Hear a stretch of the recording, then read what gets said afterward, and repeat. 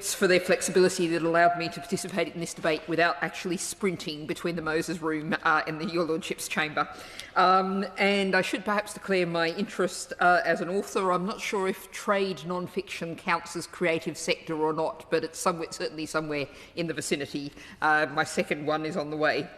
Like everyone, I thank the Noble Lady Baroness Thornton for securing what has been a very rich debate, and also for her enthusiastic and optimistic introduction. And like a number of other Noble Lords and the Noble Lady, I really look forward to Bradford's year in the spotlight.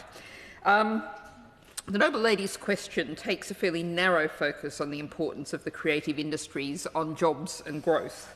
I shall leave the debate about a post-growth age to another day, but I do want to take a moment to stress the importance of the creative sector, the opportunity for every human being to exercise their creative impulse beyond the economy.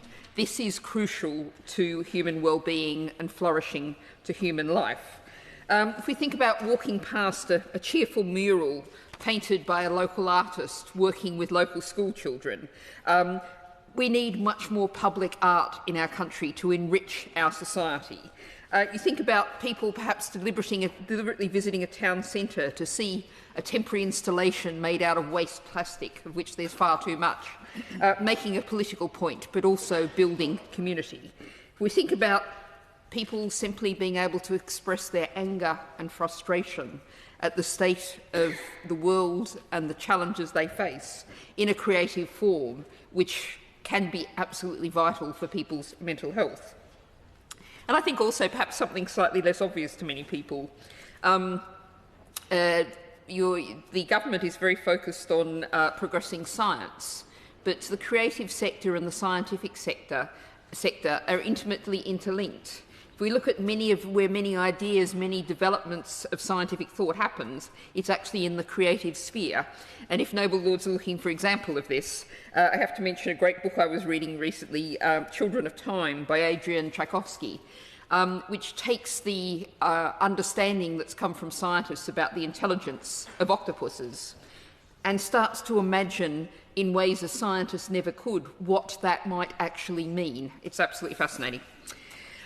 3 brief points in the time available. I want to pick up the briefing, particularly from the BPI, an issue that I've raised in other contexts, the issue of artificial intelligence and the way in which generative so-called AI has been, without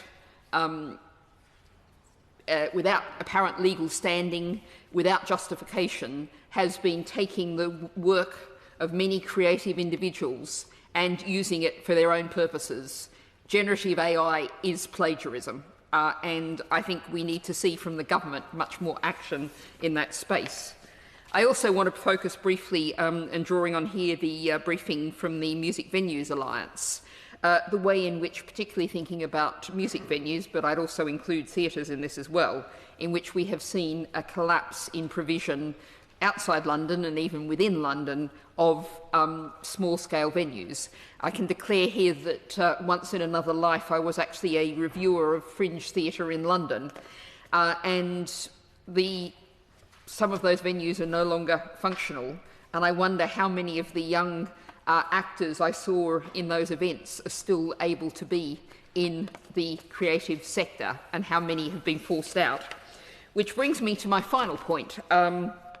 One of the reasons why I particularly wanted to take part in this debate is the Noble Lady Baroness Donoghue spoke about how many people, particularly those from disadvantaged communities, are locked out of a career in the creative sector.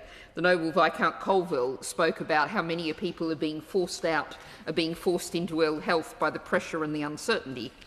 Well, I want to point to the fact that Britain is not world-leading in trialling alternative approaches.